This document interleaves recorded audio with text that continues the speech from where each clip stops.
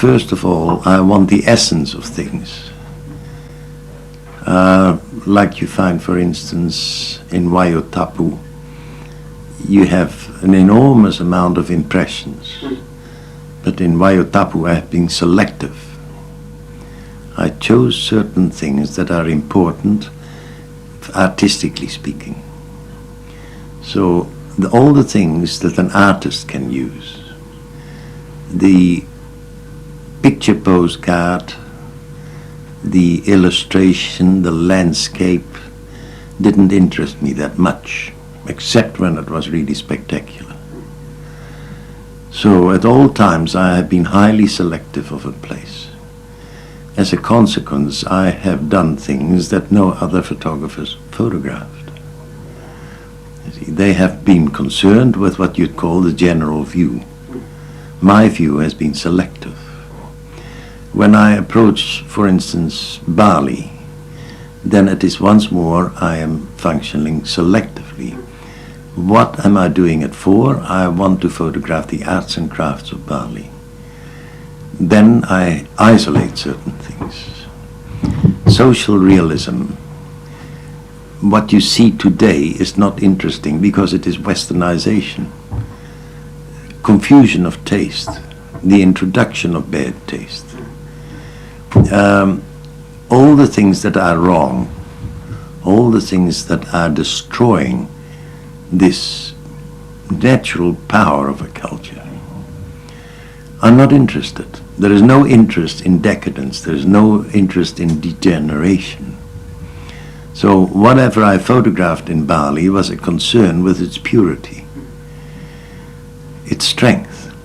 So whatever I knew, have seen 50 years ago is important, not the rot of today. So for that reason I've been selected. There is no interest of telling the story of now, as far as I'm concerned. Selective towards a visual richness? Not only that, but a memory bank for the Balinese and the memory bank for us, of good things. Do you see that as being concerned with continuing the tradition? No, but only to have a knowledge of when things were strong, when things were coherent, when things were clearly understood. You see, I am not interested. In New Zealand I have lived and I have seen the scene, anything in the raw. Now, that has not made me a realist photographer, because basically I detested and hated everything I saw. To me, that is the record of man's stupidity. To me, it is the picture of man's corruptibility. To me, it is the picture of everything that is dismal about man. It is none of my business to record it, because what is the point? What is the virtue of it? You see, to be concerned with that, the only way, if you are really concerned about that, and that is that you really scold it, that you really scorch it, that you abuse it, that you show your contempt for it. But to have tender feelings about man's stupidity and man's awfulness, not for me. There is already too much of it, and it's growing all the time. That's none of my concern. My concern is those things that were still solid, things that were still unsoiled, things that were still strong and pure.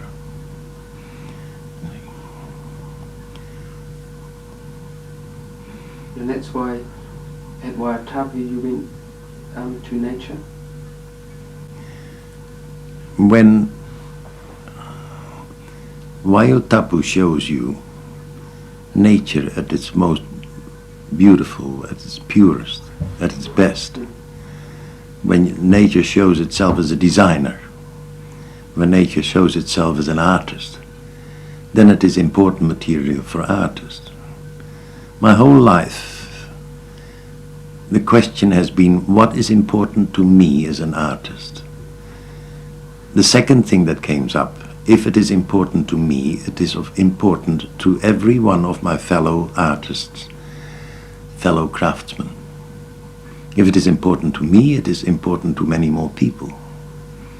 This is my sketchbook. This is my notebook. These are the things I love. These are the things I admire. These are the things that bring me joy. See, and that became my business. If I take those photographs, subconsciously, it is not just for me to study, but for every craftsman anywhere who wants to know what is high quality stuff, what is great artistic achievement, what is coherence in art, what is style at its best. All the answers are in those pictures. And that's what I'm concerned about. I'm not the slightest bit interested in Tom, Dick and Harry. Tom, Dick and Harry in his confusion, Tom, Dick and Harry in his bewilderment about things, and Tom, Dick and Harry about their blindness on things. I'm only the servants of artists, my fellow artists and craftsmen. That's my business. What were your feelings when you were recording and photographing it?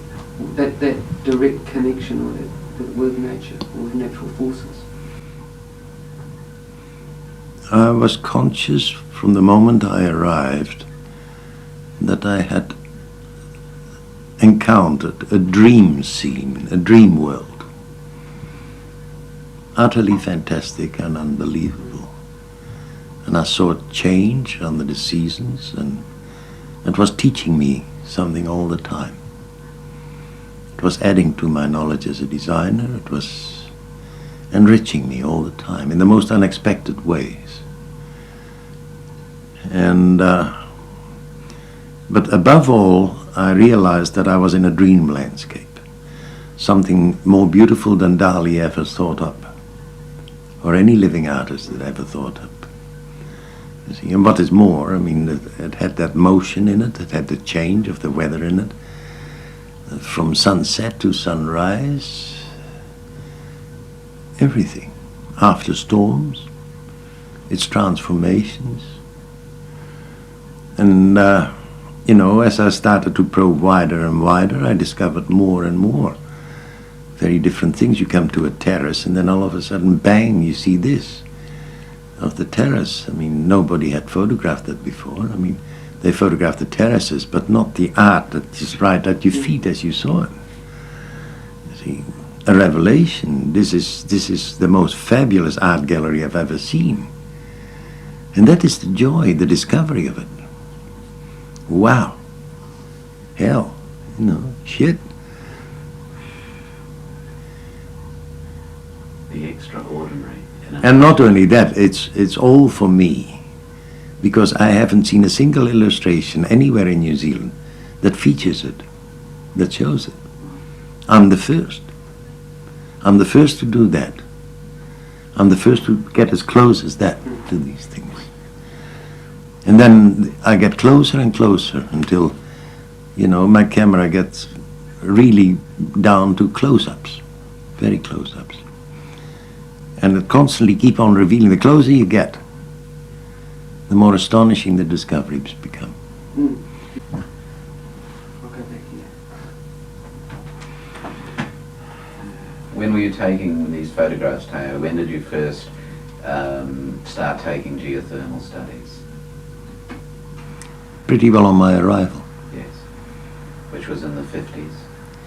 It was in the 50s, yes. No, yes, about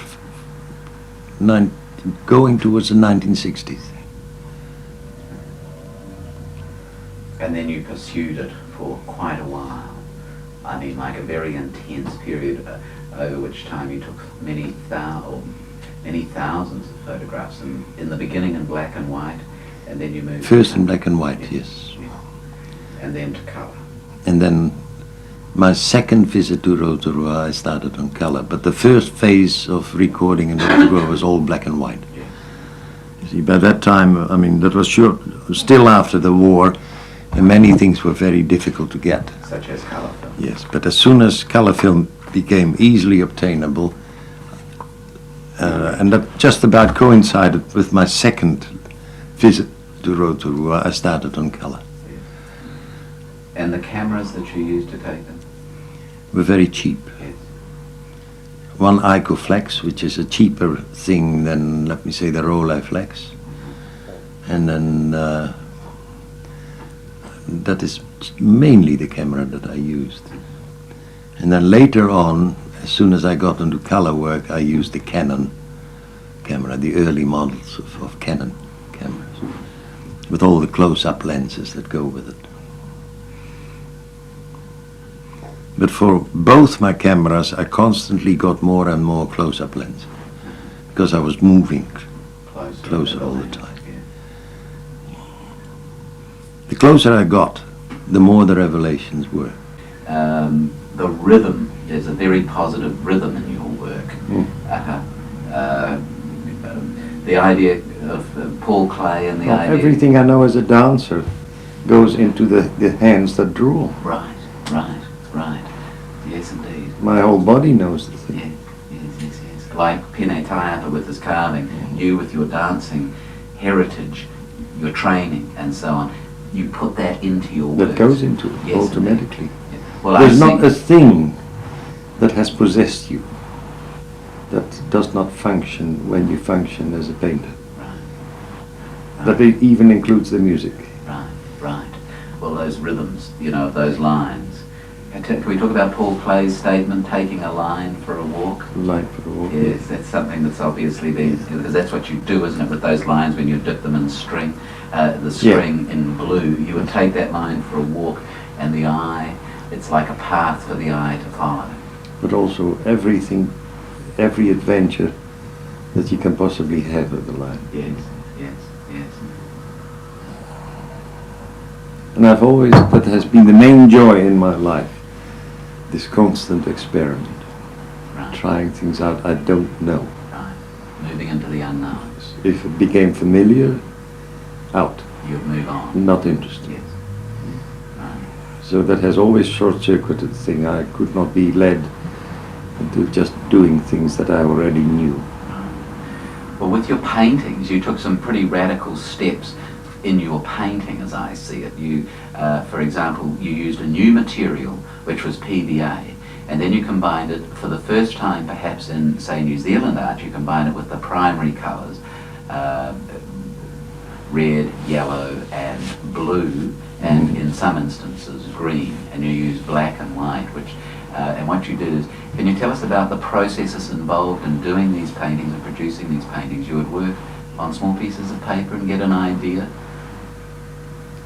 For example, how was the working process? How did you arrive at these paintings, for example? Well, that was a gradual evolution. I would begin with first the linear element. You see, and after I had mastered that, from taking very simple motives, combining them, superimposing them, until I knew exactly what I could do with basic simple units and how they could evolve. I saw that there was system in it. If it was any good, it had system. So I analyzed, why is it good? You see, and then I found system. So there are certain rules.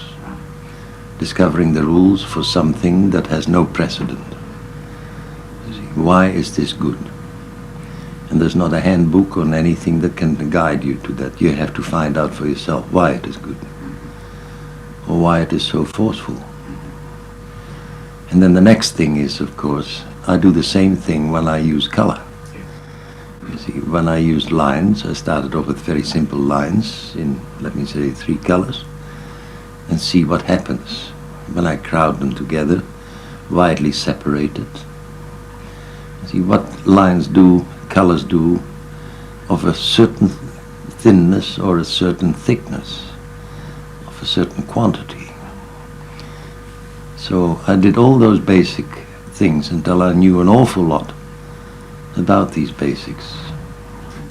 and entirely for myself, not how Mondrian did it or how so-and-so did it, Right. but How this was my Theo own Scrooge. business. Yes, right. Your own exploration. That's right. Very central and very personal. That's to you. right.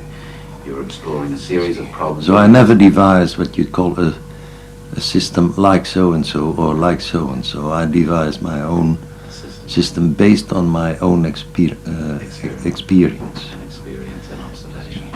A very unique Theo Scrooge. And once you've got that far, it becomes second nature. Right.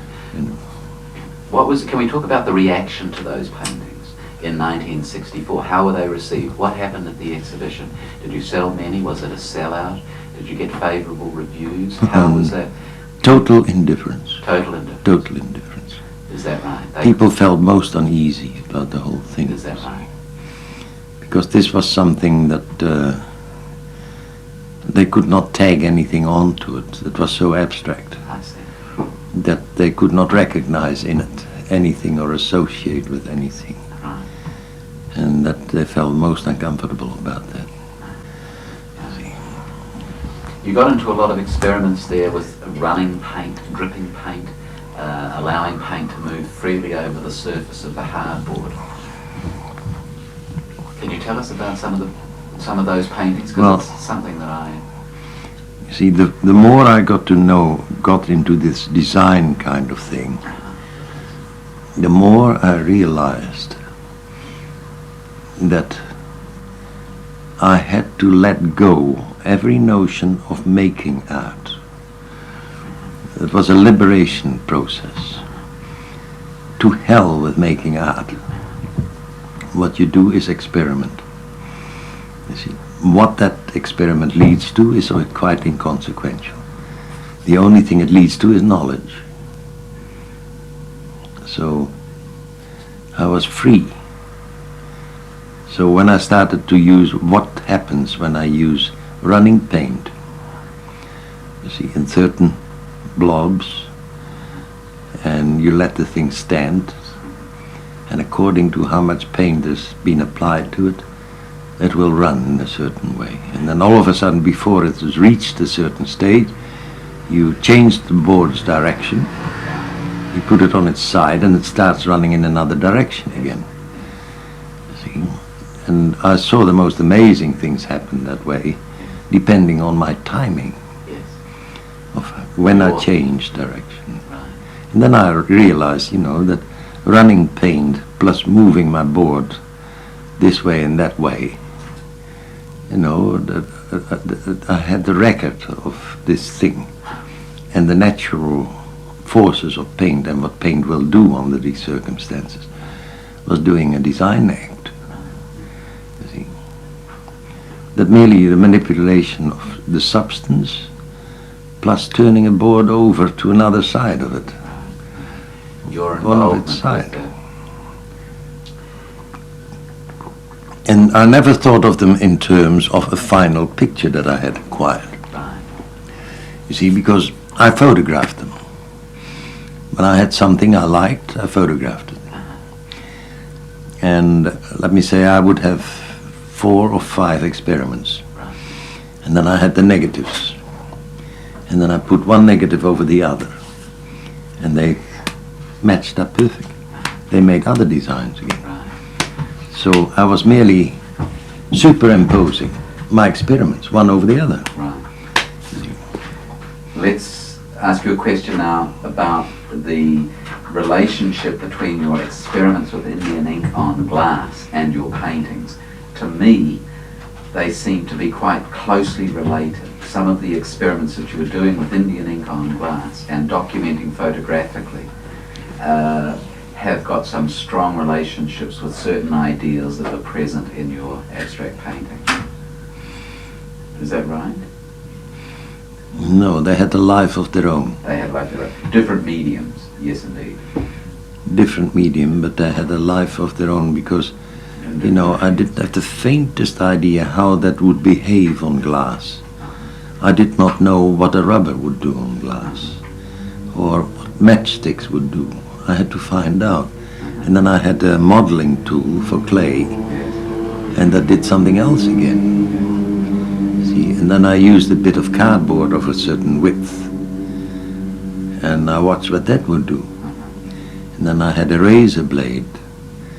And I had understood, I mean, you could do something on the comb principle. So I turned a razor blade by chipping it at the edge, the sharp edge. And that became a sort of a comb. But depending on how I placed it, I got uneven placing. Instead of a comb is a regular thing, this was irregular. And it was astonishing what I discovered you can do with a razor blade. That was an absolute fantastic revelation. So I was all the time on the basics. What happens when I use this tool with that substance on a sheet of glass? See, what happens when it's still wet, press it together, take it apart, what happens? And all of them were revelations, you see. And then afterwards, how can I control it? And you could see some. But it was a perfectly natural growth at every stage. A logical sequence. Once you have discovered that, it's step number 2, step number 3. That followed just logically. But for any outsider, I mean, it must have been, surprising. To me, it was merely logical. One thing leads to another. And once you have done that for years, I mean, it is, it becomes second nature. Right. When did you first start doing experiments on glass? Can you recall a particular time period? When Yes, I did that at Home Street at the same time I was growing gourds. Is that right? Yeah. So all those works were associated with that period then at Home Street. That's right. And you would see some, and of course, there's even some similes, I believe, between some of the forces that are present in nature that we observe in Rotorua and the things that you were achieving by the different... No, the final thing was, you see, that I woke up to the fact that what I had on glass was actually either a negative or a positive, depending on what I wanted it to be. You see, and then it woke up. Now I can explore it photographically. I see. What happens when I superimpose? See, what happens when I start all the various photographic techniques with it? And that kept on expanding all by itself. So the moment I started to think in my glass work on glass as photographic negatives or positives, I was in business again for a completely new field of exploration. Mm-hmm. How do you see a lot of the recent art?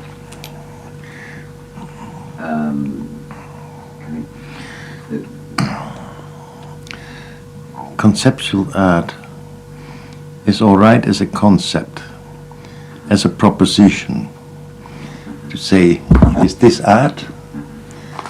Is this art?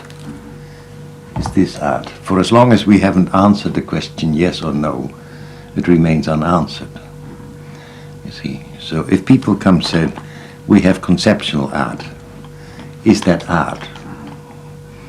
But once we have found the answer, no, then chuck it out of the fucking window. You see. But to raise it to art when that remains unresolved, to me is a waste of time. Propositions are valid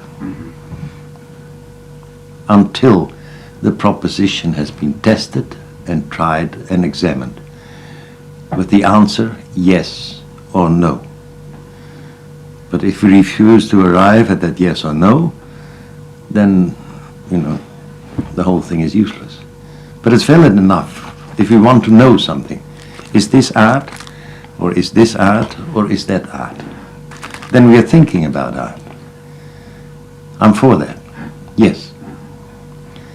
You see. But when I say, shit, no, this isn't art, for such and such a reason, this is not art, then we should throw it out of the window, but don't put it in a fucking art gallery. We've had it, all right, we've made up our minds about it, that's not art, throw it out. But not keep it in a collection. And that's what the art dealers do.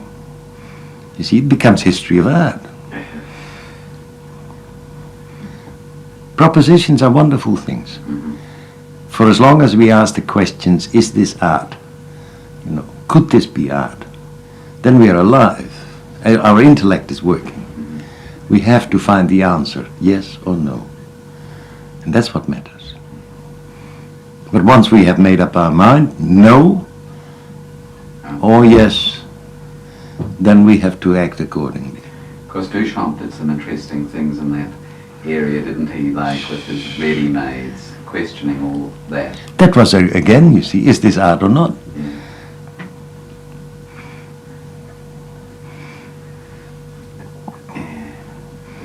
For as long as the intellect keeps on probing and questioning, then we are on the right line. It is a valid way of doing things. But also reckon with the answers. And our time is typical of this kind of thing. You know, everything has been knocked from under us. That we have to ask afresh, is this art or isn't it? That's typical of our time. Everything has been bulldozed, everything has been shot up, degraded, denigrated, and we have to ask all these questions all over again. So, from that point of view, I'm very positive for it. The only thing is, what's the answer? What's the final judgment?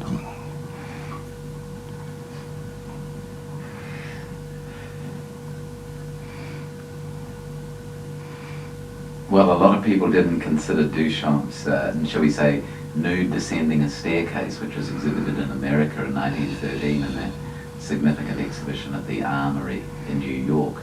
You know, and they likened it to an explosion in a shingles factory, but Duchamp was looking very much at scientific development. Well, the moment that the camera came, yes, you see, Duchamp was quite superfluous, because a factual camera, and plus science, plus technology, has made that act of a golfer or a dancer a visual evidence, a duplicate of what Duchamp did. Yes, indeed.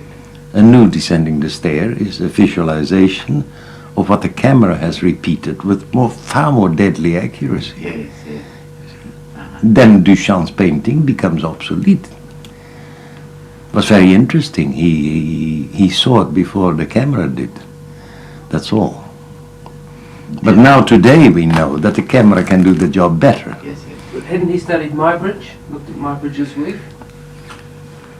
Yeah, but Muybridge had only done, I believe, Muybridge, you know, was the series of frames. Yeah. Doink, doink, doink. Yeah. Whereas this was the single frame with the continuous flow of that movie. What Muybridge was a sequence, but not everything in the one picture. Yeah. But later on, photography with strobe slides fixed the whole thing in one picture. You got a dancer, you know, a certain motion a dancer is doing, and it's got everything in the one picture, the whole bloody lot, superimposed. And that is like that painting by Duchamp. But Muybridge, the photographer, had sequences one beside the other, not over one another. But was that his way of approaching it? That was the beginnings of something. Yeah. First step, second step, third step, fourth, and so on. But ultimately, when technology plus science combined with the camera to make this thing visible to perfection, you see. Perfection of the lens. Yes. But then you see the question comes in, is it art? Well, they certainly didn't think so when Duchamp exhibited his painting. in When America.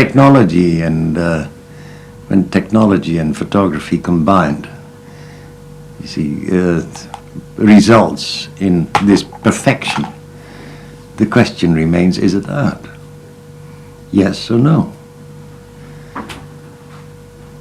The whole thing is a mechanical process. Is something that is a mechanical process art or isn't it? You see, our time is we have to make new definitions for everything. Science and technology constantly challenges it. You see, this is a machine that is producing it. How does it compare with what a man does?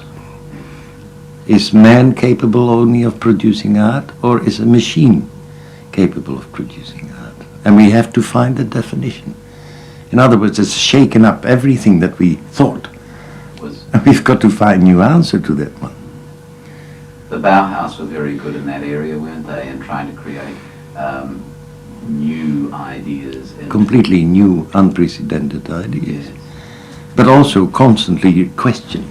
Yes, indeed. Asking questions all the time. Right. So, you know, just as much as the shock when photography arrived, the painters were shocked. Right. Because here was a machine doing something, and they thought, you know, that only man could do. Yes. They thought that art was doomed. That was one of the... They thought that art was doomed. Yes. But what really happened is that art acquired a new consciousness about itself. Yep. New definitions of what is art. Yep. Right. That forced them to think, you see, if a machine can do that, then that has nothing to do with art. Art must be something else. What is that factor? Probing all the time. Go along with the notion that there's, you know, like most probably one of the things that art has fed off more than anything else in the 20th century has been, you know, photography. I see a strong cross-fertilization all the way through the history of 20th century and late 19th century art and photography. Photography made us see a lot, as I see it, a lot. It expanded our horizons quite considerably. And we get painters like Edward Degas, for example, using compositional devices that were directly related to photography. Well, we are only in the first stages of knowing photography and what it is. We have seen it develop into something that was simply recording anything. Yeah. Then we evolved to find that lashed to a microscope it could see more than the human eye could see. With the cutting in of time exposures, you know, we could see how things happen that the eye cannot perceive. The time factor. We have seen that photography can be the most marvelous and efficient documentary things. That it can be in the service of medicine, that it can go underwater. In other words, photography became many things, not just one. It became a tool, an extremely diverse tool, beyond belief. Well, you can imagine those photographers like those early ones making experiments with paper negatives and things like this. Well, the first photographers were abject little fools that tried to make their work look like hand-painted things. Yeah. You see, they tried to make this as if it was artwork. One of the most stupid things you can possibly imagine, because the razor sharpness of a photograph, a photographic lens, is precisely that amazing, detailed, sharp definition. You know, this is beauty. In other words, they were frightened of this terrific efficiency of a camera. Tell me, how do you see the photographs that are being produced today, for example, by the scientific missions that are going into space, and the photographs that are being beamed back to Earth, like from the satellites and things like this? We're beginning to receive them on our television. It will be only interesting when they actually send super duper photographers in space too, but that's the last thing they'll do.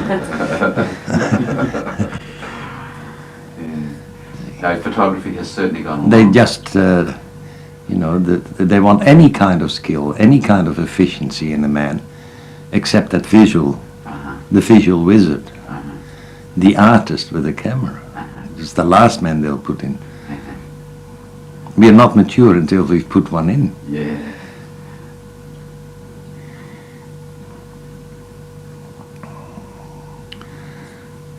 But certainly, you know, most of my notions on art has been drastically changed by the camera, its presence and what it can do. It has challenged almost anything I do. It is almost what I do, it is as if this is what the camera can't do. For me, there's an equal weight. The camera weighs as much with me as art does. You see. But also it has helped me to see very clearly